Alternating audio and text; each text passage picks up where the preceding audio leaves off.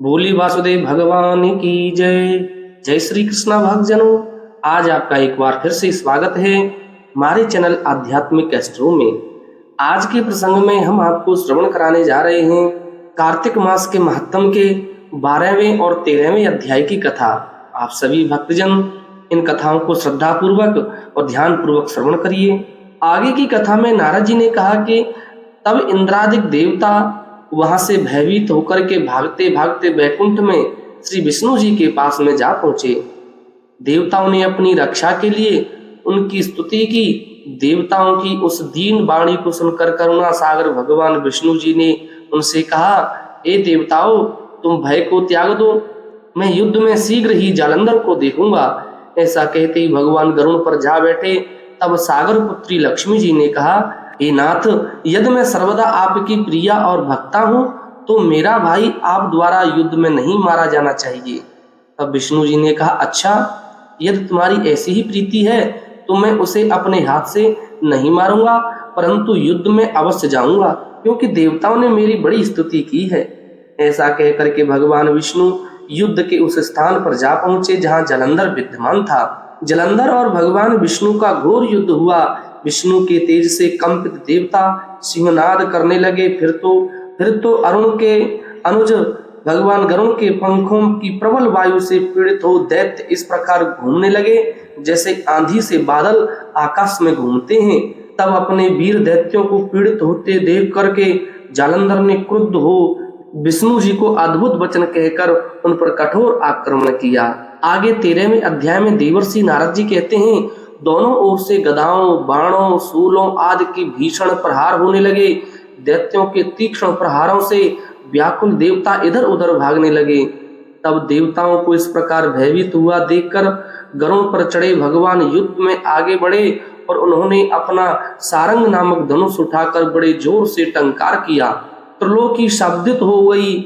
पल मात्र में भगवान ने हजारों दैत्यों के सिर को काट गिराया। फिर तो भगवान विष्णु जी का और जालंधर का महासंग्राम छिड़ गया। बाणों से आकाश भर गया। लोग आश्चर्य करने लगे। भगवान विष्णु ने बाणों के वेग से उस दैत्य की ध्वजा, छत्र और धनुष बाण काट डाले। इससे व्यथित हो उसने अपनी गदा उठाकर गरुड़ के मस्तक पर दे मारी। साथ ही क्रोध से उस दैत्य ने विष्णु जी की छाती में एक तीक्ष्ण बाण मारा। उसके उत्तर में भगवान विष्णु जी ने उसकी गदा काट दी और अपने सारंग धनुष पर बाण चढ़ाकर उसको बींधना प्रारंभ कर दिया। इस पर जालंधर इन पर अपने पैने बाण बरसाने लगा। उसने भगवान विष्णु जी को कई पैने बाण मार करके वैष्णव धनुष को काट दिया। धनुष कट जाने पर भगवान ने गदा ग्रहण कर ली और शीघ्र ही जालंधर को खींच कर मारी, परंतु उस अग्निवत अमोघ गदा की मार से भी वह दैत्य कुछ भी चलायमान नहीं हुआ।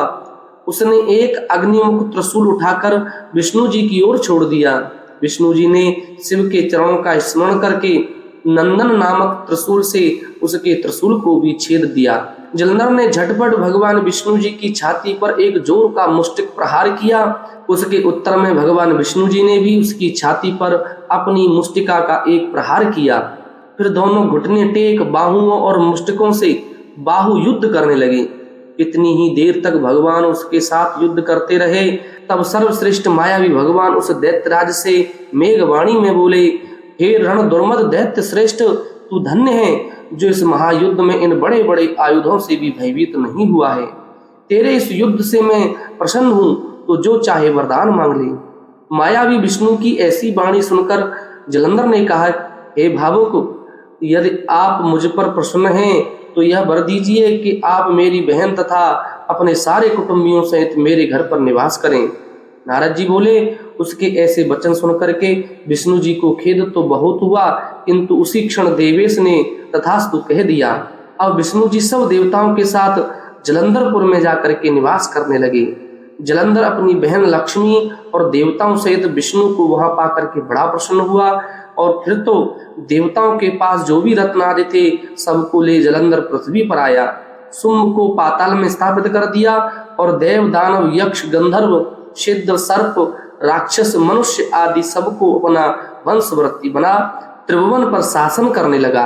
अपने धर्मानुसार सुपात्रों के समान प्रजा का पालन किया। उसके धर्मराज में सभी सुखी रहने लगे।